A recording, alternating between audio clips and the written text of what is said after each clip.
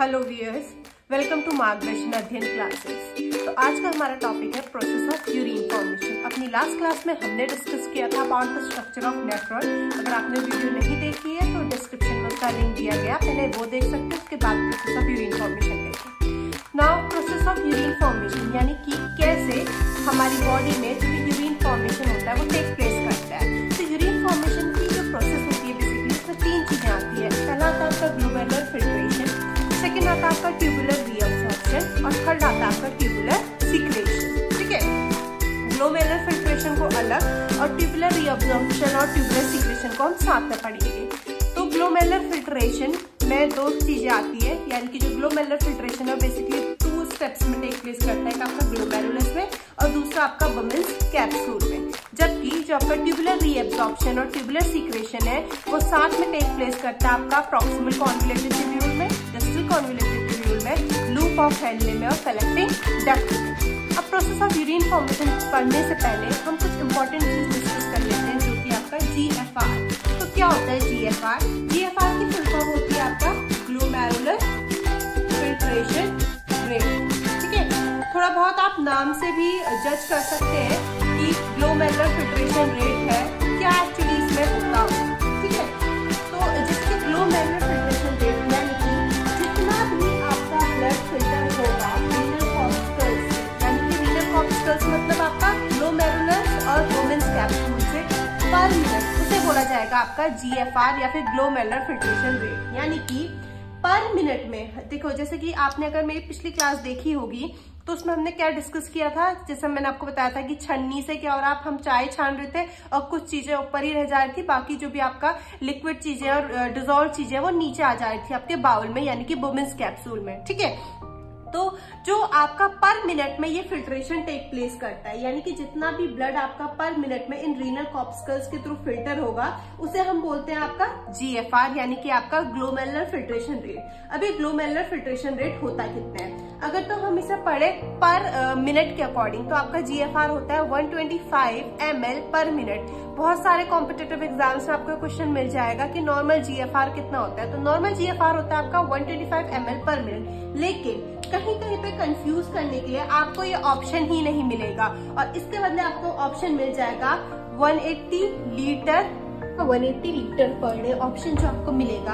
अब आप ये सोच रहे होंगे कि 180 लीटर पर डे आया कैसे? तो सिंपल है, आपको पता है कि आपका GFR रेट पर मिनट का होता है 125 ml है पर मिनट का। ठीक है, इसके अलावा आपको पता है कि हमारे पास एक दिन में 24 आवर्स होते हैं, जिसमें आपके इंटू 60।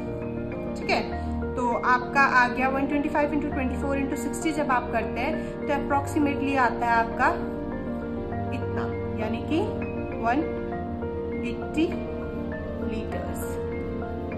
ठीक है, जितने आपके पास GFR है ये 125, उसके बाद जितने आपके पास आवर्स हैं और उसमें जितने मिनट्स हैं, जब आप उसे कन्वर्ट करते हैं तो वो आपका अप्रोक्सीमेटली आएगा 180 लीटर्स। तो इस तरीके से अगर आपके पास ऑप्शन में 125 ml पर मिनट नहीं है तो आपका GFR 180 लीटर पर डे भी आप कैलकुलेट कर सकते हैं। ठीक है, अब फर्दर हम डिस्कस करते हैं कि कैसे process of urine formation take place करता है। ये हम थोड़ा डायग्रामेटिकली समझते हैं क्योंकि उससे समझना इजी होगा आपके लिए भी।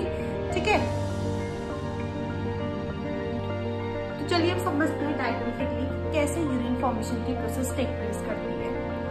हम लोग अब तक डिस्कस कर चुके हैं कि process of urine formation basically 3 step में टेक प्लेस करती है, जिसमें पहला स्टेप है ग्लोमेरुलर फिल्ट्रेशन, दूसरा आपका ट्यूबुलर रीअब्सॉर्प्शन, तीसरा आपका ट्यूबुलर सीक्रेशन। तो सबसे पहले जो पहला स्टेप पढ़ते हैं वो है आपका ग्लोमेरुलर फिल्ट्रेशन, जो कि टेक प्लेस करेगा आपका ग्लोमेरुलस और बोमेन्स कैप्सूल में। तो होता क्या है, यहाँ पे जो यूरिन फॉर्मेशन है वो स्टार्ट होता है विद द फिल्ट्रेशन ऑफ जो भी आपका वाटर है और सॉल्यूट है उसके फिल्ट्रेशन से स्टार्ट होगा, एक्सेप्ट छोड़ के कुछ ऐसे सेलुलर कंपोनेंट्स को, जैसे कि आपका blood, albumin, fibrinogen, other blood protein particles, वो चीजें जिनका साइज क्या आपका ग्लोमेरुलर कैपिलरीज के जो आपका नेटवर्क है उससे बड़ा है, उन सब चीजों को छोड़ के बाकी चीजें यहाँ से क्या होंगी आपका फिल्टर हो जाएंगी और फिल्टर आउट होने के बाद ये कैपिलरीज से कहाँ चले जाती है आपके इस कप लाइक स्ट्रक्चर यानी कि बोमेन्स कैप्सूल में आ जाएंगी। ठीक है, हम ये चीजें पहले भी डिस्कस कर चुके हैं कि ग्लोमेरुलस ये डिफरेंशिएट मतलब जो उसका फिल्ट्रेट और अनफिल्ट्रेट है वो किसी पर्टिकुलर चीज के बेसिस पे नहीं है, वो बस किसके बेसिस पे है, साइज के बेसिस पे है। तो यहाँ पे क्या होता है, कुछ कुछ यूजलेस चीजें भी क्या हो जाती है आपका ऊपर रह जाती हैं, यानी कि कुछ कुछ यूजलेस चीजें जिन्हें की बॉडी से बाहर होना चाहिए था वो यहीं पर स्टे कर जाएंगी, और कुछ यूजफुल चीजें जो कि बॉडी को चाहिए थी साइज छोटे होने के कारण वो कहाँ चली जाती हैं, आपके इन टिब्यूल्स में आ जाती हैं। ठीक है, तो फर्दर इसके बाद क्या होता है, जैसे कि मैंने आपको बताया कि कुछ चीजें जो बॉडी के लिए यूजफुल थी फिर भी वो कहाँ आ गई, आपके रीनल टिब्यूल्स में आ गई। तो ऐसे तो क्या होगा, अगर वो चीज आपकी बॉडी के लिए यूजफुल है और रीनल टिब्यूल्स में आ गई तो यूरिन के थ्रू क्या हो जाएंगी, बाहर फ्लश आउट हो जाएंगी, और हमारी बॉडी में उस चीज की डिमांड क्या हो जाएगी, कम हो जाएगी। इसीलिए यहाँ पे एक एक्स्ट्रा नेटवर्क होता है कैपिलरीज का, जो आप ये रेड कलर से देख सकते हैं, जिन्हें हम बोलते हैं पेरिट्यूबुलर कैपिलरीज। ये पेरिट्यूबुलर कैपिलरीज क्या करती हैं, आगे जाके आपके रीनल टिब्यूल्स के संग एक नेटवर्क बनाती हैं, और जो चीजें बॉडी के लिए यूजलेस है उनको रीनल टिब्यूल्स से एक्सचेंज कर लेती हैं, और जो बॉडी के लिए यूजफुल है उन्हें रीनल टिब्यूल से अपने पास ले लेंगी। यहाँ पे क्या होता है, मतलब एक समझौता होता है पेरिट्यूबुलर कैपिलरीज और रीनल टिब्यूल के बीच में। ये हमारी क्या है, आपकी ब्लैक वाली आप देख सकते हैं रीनल टिब्यूल है, और जो आपका रेड वाली ट्यूब आप देख रहे हैं पेरिट्यूबुलर कैपिलरीज है। ये अपने बीच में क्या कर लेते हैं, एक समझौता कर लेते हैं। ठीक है, जैसे आपने हिस्ट्री में भी पढ़ा होगा, हम लोग पढ़ते हैं ना कि समझौता हो जाता है दो उनके बीच में, मतलब एक मुगल्स के बीच में और दूसरी जो भी अदर वो है उनके बीच में एक ट्रीटी साइन हो जाती है। तो इसी तरीके से भी क्या होता है, दोनों के बीच में एक समझौता हो जाता है, यानी कि जो पेरिट्यूबुलर कैपिलरीज होंगी वो क्या करेंगी, जो जो चीजें उसके काम की है, बॉडी के काम की है, वो रीनल टिब्यूल से ले लेंगी, और जो जो चीजें काम की नहीं है, जो कि फिल्टर नहीं हो पाई थी यहाँ पे ग्लोमेरुलर कैपिलरीज द्वारा, उन्हें रीनल टिब्यूल को दे के आ जाएंगी और बोलेंगी जाओ इन्हें बाहर छोड़ के आ जाओ बॉडी से। ठीक है, अब जो हमारा नेक्स्ट स्टेप है वो क्या आपका ट्यूबुलर रीअब्जॉर्प्शन और सीक्रेशन का। ट्यूबुलर रीअब्जॉर्प्शन और सीक्रेशन हम साथ साथ पढ़ेंगे। सबसे पहले आता है आपका पीसीटी में। ठीक है, तो पीसीटी में कैसे टेक प्लेस करता है, अब आपका जो कि ग्लूकोज, सोडियम, क्लोराइड, बाइकार्बोनेट, ये सब क्या हो चुके थे, साइज छोटे होने के कारण रीनल टिब्यूल्स में आ गए थे, लेकिन ये हमारे बॉडी के लिए क्या है, एसेंशियल है और नेसेसरी है कुछ अमाउंट में। इसीलिए अब क्या होगा, इनका रीअब्जॉर्प्शन होगा। पेरिट्यूबुलर कैपिलरीज क्या करती है, इन्हें रीअब्जॉर्ब करेंगी रीनल टिब्यूल से। तो जो आपका ग्लूकोज होगा, अब यहाँ पे तीन चीजें टेक प्लेस करती है, एक होते हैं आपके एंजाइम्स, एक होते हैं आपके हार्मोन्स, और एक होती है हमारी कुछ प्रोसेस।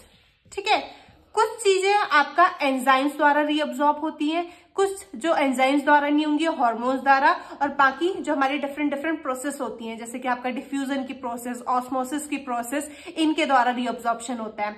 तो जैसे कि आपका ग्लूकोज पीसीटी में 100% रीअब्जॉर्ब हो जाता है with the help of enzymes के हेल्प से। ठीक है, सोडियम आपका हार्मोन रहता है आपका एल्डोस्टेरोन। जो एल्डोस्टेरोन हार्मोन है वो क्या करेगा, आपका सोडियम को रीअब्जॉर्ब करता है। वहीं जो आपका क्लोराइड और बाइकार्बोनेट है, ये by the process of diffusion से क्या होंगे, आपका रीअब्जॉर्ब हो जाएंगे पेरिट्यूबुलर कैपिलरीज में। ठीक है, पीसीटी के बाद अगर हम आगे बढ़े, फिर आता है आपका loop of Henle. Loop of Henle में क्या होता है, आपका यहाँ पे परमिबिलिटी एक्शन टेक प्लेस करता है, यानी कि कुछ चीजें क्या आपके हायर ग्रेडियंट में है, कुछ लोअर ग्रेडियंट है, मतलब किसी चीज की कंसंट्रेशन ज्यादा है और कुछ आपके कंसंट्रेशन क्या है, कम है। तो ऑस्मोसिस टेक प्लेस करेगा लूप ऑफ हेनले में, यानी कि चीजें लोअर कंसंट्रेशन ग्रेडियंट से कहाँ मूव करने लग जाती हैं, आपके हायर कंसंट्रेशन ग्रेडियंट में मूव करने लग जाएंगी, और जो भी आपका वाटर है वो ऑस्मोसिस की हेल्प से कहाँ चला जाता है, आपका पेरिट्यूबुलर कैपिलरीज में चला जाएगा। ठीक है, फिर आगे अगर हम बढ़े, फिर आता है हमारा डीसीटी। अब डीसीटी में क्या होता है, डीसीटी में आपका जो आपका सोडियम है, sodium with the help of aldosterone के हेल्प से, और आपका जहां जहां आपने पढ़ा होगा कि सोडियम और वाटर तो क्या होते हैं, हस्बैंड वाइफ होते हैं, तो जहां जहां सोडियम जाता है वहां वहां वाइफ उसका क्या करती है, पीछा करती है। तो जिस टाइम पे आपका डीसीटी में sodium with the help of aldosterone reabsorb होगा, तो उसी टाइम पे वाटर भी उसके साथ क्या हो जाएगा, आपका रीअब्जॉर्ब होकर पेरिट्यूबुलर कैपिलरीज में चला जाता है। ठीक है, लास्ट में आपका जो कलेक्टिंग डक्ट है, कलेक्टिंग डक्ट में भी आपका जो वाटर प्रेजेंट रहता है, क्योंकि यहाँ पे क्या होगा, ऐसे तो बॉडी से बहुत, क्योंकि क्या हो रहा है, ग्लोमेरुलर कैपिलरीज तो क्या कर रही है, सारे वाटर को आपका क्या कर दे रही है, फिल्टर आउट कर दे रही है रीनल टिब्यूल्स में। तो इस तरीके से तो क्या होगा, बॉडी डिहाइड्रेटेड हो जाएगी ना, क्योंकि सारा पानी तो क्या हो रहा है, बॉडी से बाहर निकल जाएगा और यूरिन के फॉर्म में बाहर निकल जाएगा। इसीलिए सारा पानी बॉडी से बाहर ना निकले, और एट द एंड भी कलेक्टिंग डक्ट यहाँ पे क्या करता है, आपका एडीएच हार्मोन की हेल्प से ज्यादा से ज्यादा वाटर को क्या कर लेता है, रीअब्जॉर्ब कर लेता है, सो दैट बॉडी से एक फिक्स अमाउंट में वाटर बाहर निकले यूरिन के फॉर्म में और बॉडी डिहाइड्रेटेड ना हो। ठीक है, तो ये तो था आपका एक तरफ का समझौता, यानी कि वो कौन कौन सी चीजें जो पेरिट्यूबुलर कैपिलरीज को चाहिए थी उसने क्या कर लिया, आपका रीनल ट्यूब्यूल से ले ली। लेकिन मैंने आपको स्टार्टिंग में ये भी बताया था कि ग्लोमेरुलर कैपिलरीज के पास दिमाग नहीं होता, कुछ कुछ चीजें तो उसने भेज दी जो काम की थी, और कुछ चीजें जो यूजलेस थी वो उसने अपने पास रख ली। अब जैसे कि कुछ आपके हाइड्रोजन आयंस, पोटेशियम हो गया, अमोनिया हो गया, ऐसी चीजें जिसकी बॉडी में ज्यादा अमाउंट में नीड नहीं है या फिर एक्सेस अमाउंट में भी नीड नहीं है, ठीक है। कुछ अमाउंट में तो नीड है, ऑफ कोर्स हर एलिमेंट की, हर आयन की बॉडी में मतलब कि एक पर्टिकुलर अमाउंट में नीड है, लेकिन बहुत ज्यादा नीड भी नहीं है क्योंकि वो टॉक्सिटी क्रिएट करेगा। तो ये क्या कर रहा है, वो सब चीजों को आपका ग्लोमेरुलस तो क्या नहीं कर पा रहा, फिल्टर नहीं कर पा रहा। इस तरीके से तो बॉडी में क्या हो जाएगी, टॉक्सिटी हो जाएगी। तो अब पेरिट्यूबुलर कैपिलरीज क्या करते हैं, जिन चीजों को ग्लोमेरुलर कैपिलरीज फिल्टर आउट नहीं कर पाई थी उनको रीनल ट्यूब्यूल्स को जाके दे देते हैं। मतलब यहाँ पे एक्सचेंज हो गया उनके बीच में, यूजफुल और यूजलेस चीजें एक दूसरे के बीच में एक्सचेंज हो गई। और पेरिट्यूबुलर कैपिलरीज जब क्या करेगी, उन्हें रीनल ट्यूब्यूल्स को दे देगी, तो रीनल ट्यूब्यूल ने यूरिन के थ्रू क्या कर देंगे, बाहर एक्सक्रीट आउट कर देंगे। तो ये था हमारा सिंपल सा यूरिन फॉर्मेशन का प्रोसेस। होप्स आपको मेरी क्लास पसंद आई होगी। अगर पसंद आई तो please like, share and subscribe my channel. Thank you so much.